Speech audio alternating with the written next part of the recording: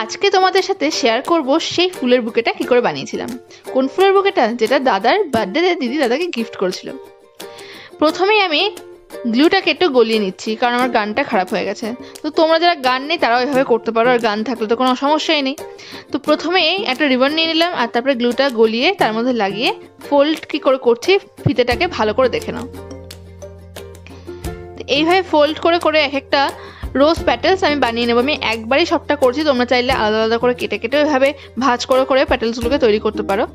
তারপর একটা শলার কাঠি নিয়ে তাতে আমি আঠা লাগিয়ে একটা রোজ প্যাটেলসের ভিতরে ঢুকিয়ে তারপর এটাকে ফোল্ড করে নেব।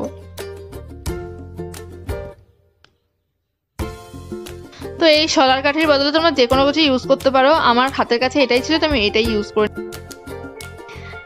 এইভাবে ফুল বানানোর কিন্তু একটা সুবিধা আছে, তোমরা চাইলে তোমাদের ভালোবাসার মানুষকে সত্যিকারের ফুল দিতেই পারো, কিন্তু সেই ফুলটা কিছুদিনের মধ্যেই শুকিয়ে যায়। কিন্তু এই ফুলটা শুকিয়ে যাওয়ার কোনো চাপই নেই, এই ফুলটা সারা জীবন যত্ন করে রাখলে যতদিন চাইবে ততদিন সাজিয়ে খুব সুন্দর করে রাখা যাবে। তো ফুলগুলো দেখতেও কিন্তু বেশ ভালোই লাগছিল।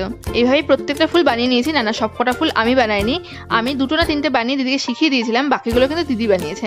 আর আমি যেহেতু এখানে এই কাঠিগুলো ব্যবহার করেছি তাই জন্য কাঠিটাকে একটু ঢেকে দেওয়ার জন্য, একটু ভালো দেখানোর জন্য আমি টেপ জড়িয়ে নিয়েছি। তোমরা চাইলে অন্য কিছু ইউজ করতে পারো সেখানে। আর আমি এই প্লাস্টিকের মতন এই কাগজগুলোকে, এগুলো বোধহয় সিন কাগজ বলে, আমি ঠিক এক্স্যাক্ট বলতে পারবো না। তো এগুলো আমি দোকানে গিয়ে দেখলাম, আমার বেশ ভালো লেগেছিল তাই আমি নিয়ে নিয়েছিলাম। তো তোমরা এর বদলে অন্য কোনো কাগজও ব্যবহার করতে পারো। এরকম 3টে কাগজ নিয়েছিলাম, পিছনের দিকে 2টো দিয়েছিলাম আর সামনের দিকে একটা কাগজ দিয়েছিলাম, দিয়ে ভালো করে টেপ দিয়ে ওটাকে সিকিউর করে তারপরে রিবন বেঁধে দিয়েছিলাম।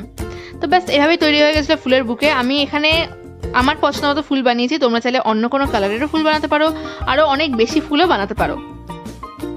তো তোমাদের ফুলগুলো কেমন লাগলো সেটা কিন্তু অবশ্যই কমেন্টসে জানিও। আর কেউ যদি আমার ফুল দেখে ট্রাই করে থাকো তাহলে সেটাও কিন্তু ছবি পাঠিও, আমি অবশ্যই শেয়ার করবো আমার ফেসবুক ও ইনস্টাগ্রামে। টাটা।